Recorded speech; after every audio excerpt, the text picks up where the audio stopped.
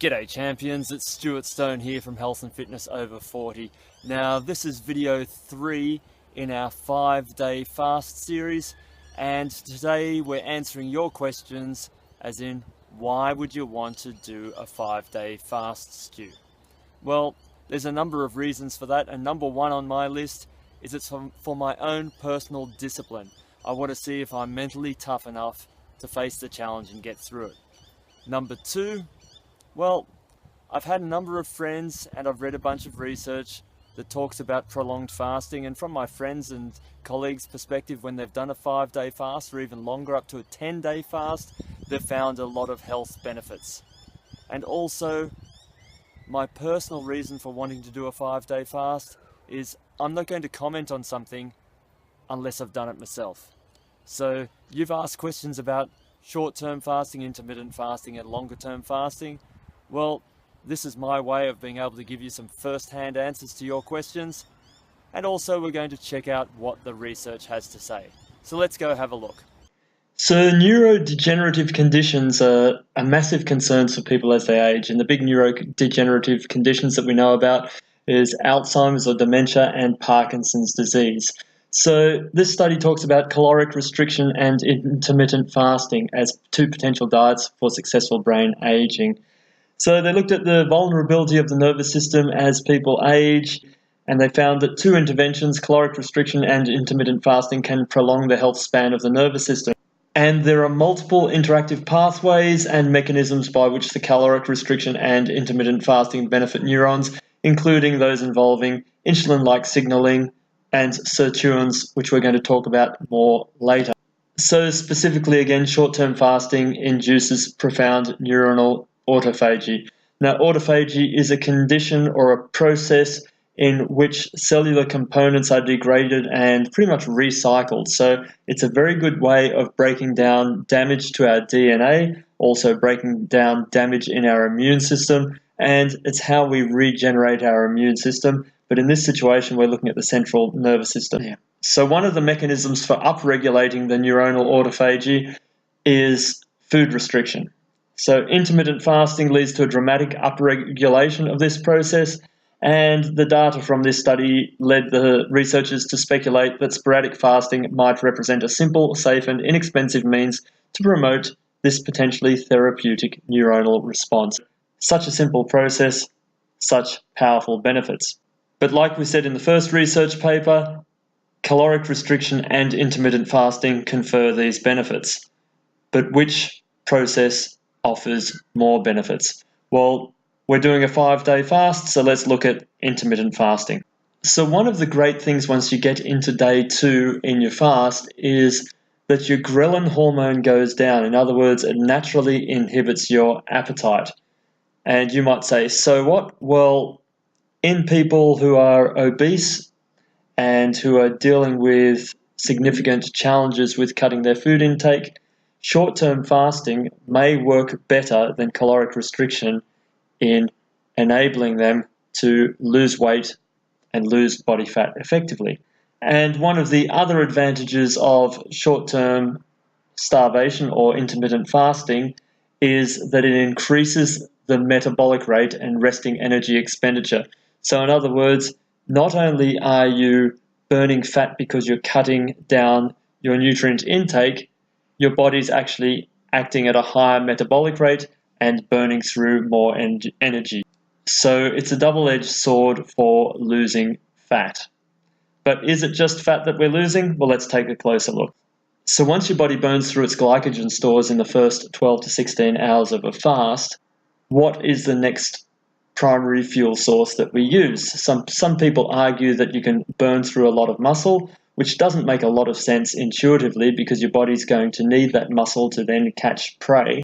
If you're thinking evolutionarily, really it makes sense and stands to reason that fat is the main fuel source used once you burn through your glucose stores when you're fasting. So let's see if the research supports that. So what they found was that abdominal subcutaneous blood flow increased by 50%. So not only are you burning through fat in general, you're specifically burning through abdominal fat. So again, intermittent fasting, a great way to break down abdominal fat. and improve your waist-hip ratio. And if you've been listening to my videos and looking at the research, your waist-hip ratio is one of the most important markers for heart disease, high blood pressure, risk of stroke, metabolic syndrome, type 2 diabetes, and some cancers. So you want to get your waist-hip ratio down to a good number, and that means reducing your abdominal subcutaneous fat. So when you look at alternate day fasting in non-obese subjects, the researchers wanted to determine whether alternate day fasting is a feasible method of dietary restriction and whether it improves known biomarkers of longevity. So alternate day fasting was feasible in non-obese subjects and fat oxidation increased, in other words, fat burning increased. But what they found was that hunger stayed high, so it's not feasible to do long term. So again, after day 2 of intermittent fasting, your hunger levels go down. It again confers a lot more benefits than trying to do alternate fasting or calorie restriction. And then again, intermittent fasting and insulin action.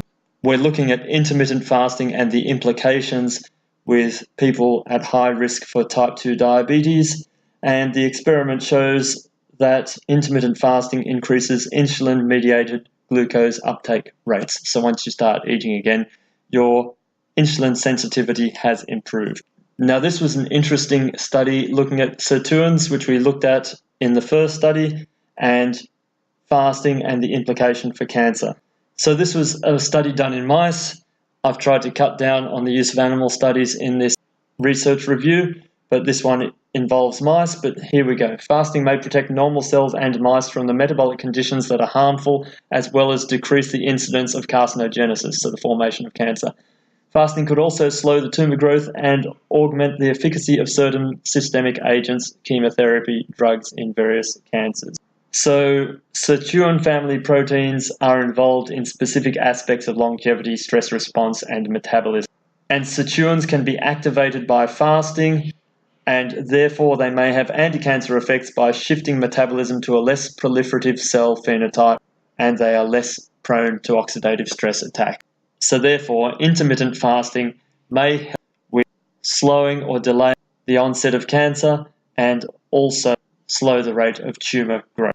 And then we get to the big one, human growth hormone. So declining activity of the growth hormone, insulin-like growth factor axis with advancing age may contribute to the decrease in lean body mass and the increase in mass of adipose tissue that occurs with aging. So in other words, the typical old man with the skinny arms, the skinny legs, and the pot belly. Now, again, we go back to the risks of heart disease, type 2 diabetes, metabolic syndrome, stroke, high blood pressure, and various cancers. We look at the waist-hip ratio. So an increasing waist-hip ratio means you're increased risk for all those diseases. So what they're finding here is that diminished secretion of growth hormone is responsible in part for the decrease of lean body mass, the expansion of adipose tissue mass, so fat, and the thinning of the skin that occurs in old age. And here's another study, growth hormone and sex steroid administration in healthy aged women and men. So they administered various hormones because they know that in the elderly population, hormone replacement therapy can increase lean body mass and decrease fat. And in this study, they looked specifically at growth hormone and sex steroid. So the outcomes of this study that they were examining were lean body mass, fat mass, muscle strength, and maximum oxygen uptake, which is your aerobic fitness. And what they found was that growth hormone with or without sex steroids in healthy aged women and men increased lean body mass and decreased fat mass. So growth hormone can be helpful, there are side effects, but so what, I hear you saying? Well, let's look at fasting and human growth hormone. So this study looks at a 2-day fast in normal men, and just 2 days of fasting induced a 5-fold increase in the 24-hour endogenous growth hormone production rate. So this study concluded that fasting enhances growth hormone secretion and amplifies the complex rhythms of growth hormone secretion in man. So this study looked at the 24-hourly pulsatile patterns of growth hormone secretion in 6 normal adult men, and they did a controlled fed day, tested the growth hormone release, and then they looked at the first day of the fast and the 5th day of a 5-day fast. So they found that the 5-day fast resulted in a significant increase in discrete growth hormone pulse frequency. In other words, more frequently growth hormone was released into the body, like we found in the last study, but also this study found that the maximal pulse amplitude, in other words, not only more frequently, but more growth hormone pumped into the body. So that's super, super important when we look at lean body mass, fat buildup in the body, and thin skin and heart health and so on and so forth in the previous study. So for a graphic representation of this, the control group, so the far left column of results showed the men's growth hormone secretion after 24 hours of being fed, and then the middle column is after day 1, and we can see some big spikes of growth hormone there, greater than in the fed group. And then on day 5, again, we're getting massive spikes, especially in that subject number 1 and subject number 3, 4, and 5. So there you have it. Intermittent fasting confers a whole bunch more health benefits than just caloric restriction. But when we combine all of these studies, what's the sweet spot? 40 to 44 hours of fasting seems to hit the ticket and tick most of the boxes. So that's the pattern that I'll use most often, but I also wanted to see, could I get through a 5-day fast? So the 44-hour fast is what I call my no food Thursday, where I stop eating after my dinner on a Wednesday night and then start eating again around about midday or somewhere between midday and 4 p.m. on a Friday. So I usually get 40 to 44 hours of fasting in. So there you have it. And to find out more about all the benefits of intermittent fasting and how you can get through your first fast, how to prepare, tips, tricks and strategies to actually get through the fast, and also how to reintroduce food at the end of your fast, plus a whole bunch more information, go down into the description box below and click on the link that says fasting.